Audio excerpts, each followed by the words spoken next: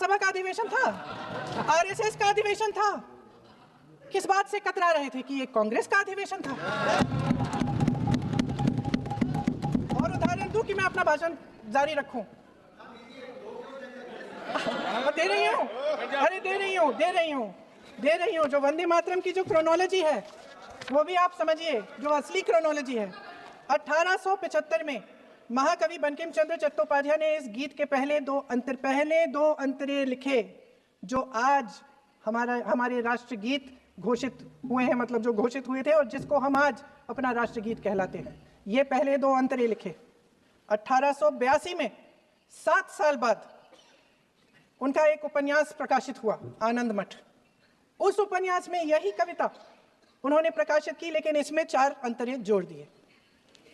1896 में कांग्रेस के अधिवेशन में गुरुदेव रविंद्रनाथ टैगोर ने पहली बार ये गीत गाया। 1905 में बंगाल के विभाजन के खिलाफ आंदोलन के समय वंदे मातरम जनता की एकता की गुहार बनकर गली गली से उठा।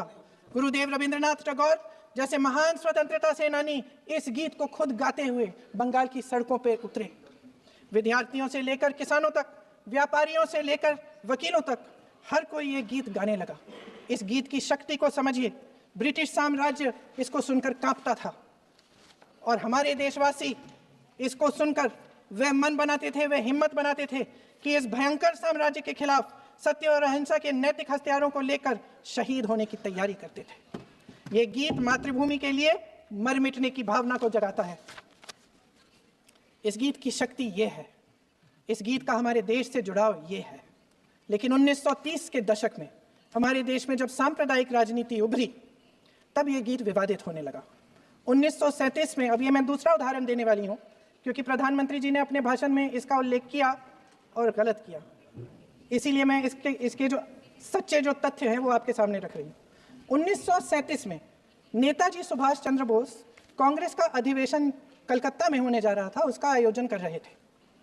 तो जो मोदी जी ने पत्र सुनाया सदन में 20 अक्टूबर का और कहा कि जवाहरलाल नेहरू जी ने नेताजी को ये चिट्ठी लिखी और ये कहा कि इस पर चर्चा होनी चाहिए, उससे पहले 3 दिन पहले नेताजी सुभाष चंद्र बोस ने पंडित जवाहरलाल नेहरू को एक चिट्ठी लिखी थी जिसका जिक्र आपके प्रधानमंत्री ने नहीं किया। और इस चिट्ठी में सुन लीजिएगा,